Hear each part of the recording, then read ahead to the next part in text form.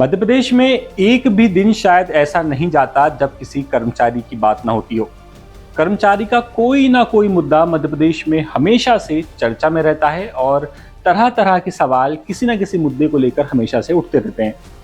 अगर बात करें मध्य प्रदेश के उन कर्मचारियों की जो नियमित हैं, तो वो अपने महंगाई भत्ते, अपनी छुट्टियों को लेकर परेशान हैं, क्योंकि अभी सरकार ने उनका महंगाई भत्ता नहीं बढ़ाया है। आप जानते हैं 10 सूत्र लगातार आपको अपडेट दे रहा है। दूसरी तरफ उनकी छुट्टियों पर भी कुछ विचार चल रहा है। सुनने में आ रहा है कि जल्दी उनकी छुट्टियां या तो कम हो सकती हैं या उनको 1 घंटा और काम करना पड़ सकता है। हम लगातार आपको इस पर भी अपडेट देते आ रहे हैं।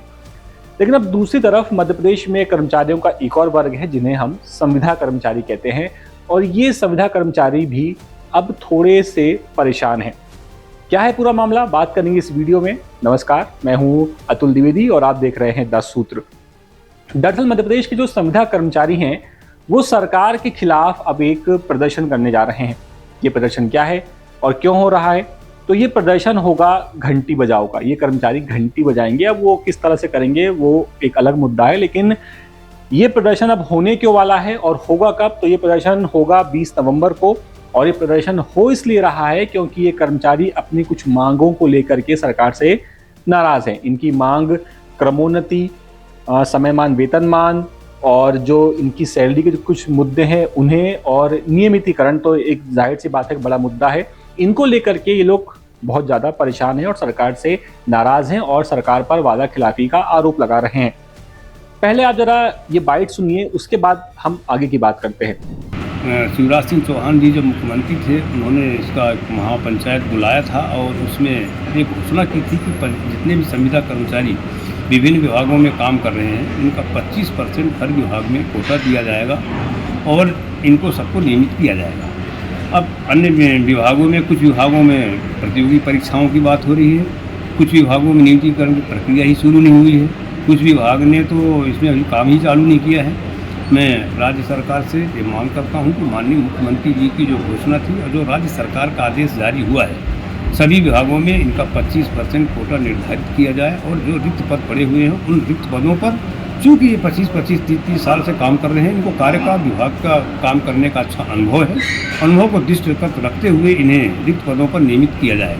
तो जैसा कि आपने सुना, इनका कहना है इन कर्मचारियों का कि तत्कालीन मुख्यमंत्री शिवराज सिंह चौहान इनके लिए 25% आरक्षण का वादा करके गए थे, और उसके बाद जीएडी ने जब 2023 में संविदा नीति जारी की, मैं आपको एग्जैक्ट डेट बताऊं तो 22 जुलाई 2023 को जीएडी ने संविदा नीति जारी की थी, और इस संविदा नीति में 50% आरक्षण का प्रावधान कर दिया गया था कि संविदा कर्मचारियों को किसी भी भर्ती में 50% का आरक्षण दिया जाएगा, लेकिन उन्हें एग्जाम देना होगा।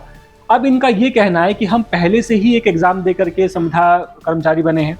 अब सरकार ये चाहती है कि हम फिर से उन उम्मीदवारों के साथ में एग्जाम दें जो इनसे एक तो उम्र में भी छोटे हैं और समय के साथ बहुत आगे हैं। अब ये कर्मचारी ये मांग कर रहे हैं कि एक तो कुछ ऐसे कर्मचारी भी हैं जिनकी उम्र 50 साल 55 साल हो चुकी है, तो क्या वो कर्मचारी महज 5 साल 6 साल की सेवा के लिए अब एग्ज़ाम की तैयारी करें, फिर एग्ज़ाम पास करें और उसके बाद नियुक्ति लें? इनका एक आरोप ये भी है कि जब जीएडी ने 50% की आरक्षण की सीमा दी तो फिर उसे लागू क्यों नहीं किया जा रहा सही तरीके से? किसी विभाग में एग्ज़ाम हो रहे हैं, किसी विभाग में एग्ज़ाम नहीं हो रहे हैं, वो एक अलग मुद्दा है।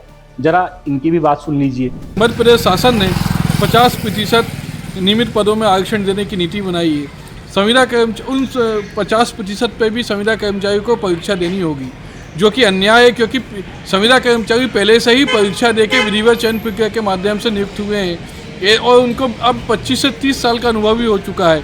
ऐसे में हमारी मांग है कि मध्य प्रदेश शासन से कि उनको सीधे ही वरिष्ठता के आधार पर नियमित किया जाना चाहिए, क्योंकि जो 50% आरक्षण देने की बात विभाग कर रहा है या सरकार कर रही है, उसमें भी 50% विभिन्न पदों पर आरक्षण नहीं मिल पा रहा है। अब इन कर्मचारियों का ये कहना है कि जो 2.5 लाख संविदा कर्मचारी हैं वो 25-30 साल का अनुभव लेके बैठे हुए हैं, और अब अगर ऐसे में ये कर्मचारी अब फिर से एग्जाम दें और फिर से नौकरी की तैयारी करें तो ये कितना सही है?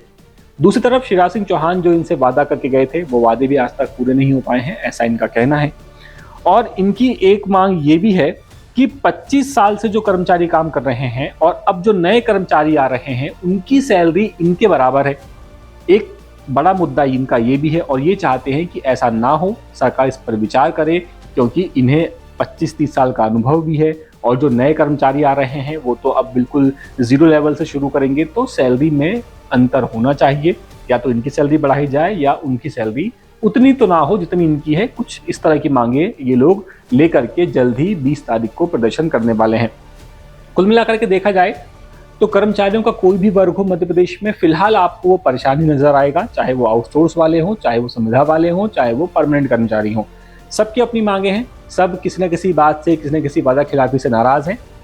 लेकिन अगर सभी को मर्ज करके एक विषय पर सोचा जाए तो निकल करके सामने आता है कि ऐसी नौबत आती क्यों है, क्योंकि संविदा कर्मचारी भी अगर ज्वाइनिंग ले रहे हैं तो उन्होंने बाकायदा एग्जाम दिया है। आप जानते हैं कि अलग अलग भर्तियां होती हैं, कुछ भर्तियां MP ऑनलाइन के जरिए होती हैं, कुछ भर्तियां दूसरे डिपार्टमेंट के जरिए होती हैं।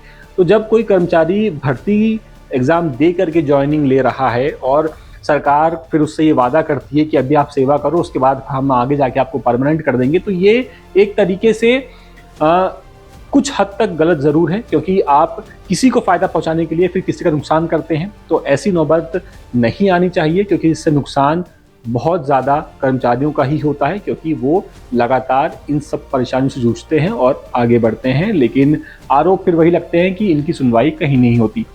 फिलहाल देखते हैं 20 तारीख को क्या प्रदर्शन होता है और उस प्रदर्शन में क्या खबर निकल कर के आएगी। 10 सूत्र आपके लिए वो भी ज़रूर लेकर के आएगा। इस वीडियो में इतना ही, मैं आपसे मिलूंगा किसी और खबर में। तब तक के लिए मुझे दीजिए इजाजत। कैमरामैन सईद खान के साथ मैं अतुल द्विवेदी, 10 सूत्र, भोपाल। लेटेस्ट, इन्वेस्टिगेटिव और इन डेप्थ खबरें देखने के लिए ज्वाइन कीजिए 10 सूत्र का व्हाट्सएप चैनल, सब्सक्राइब कीजिए YouTube चैनल, लाइक कीजिए Facebook पेज और पढ़ते रहिए www.daसूत्र.com।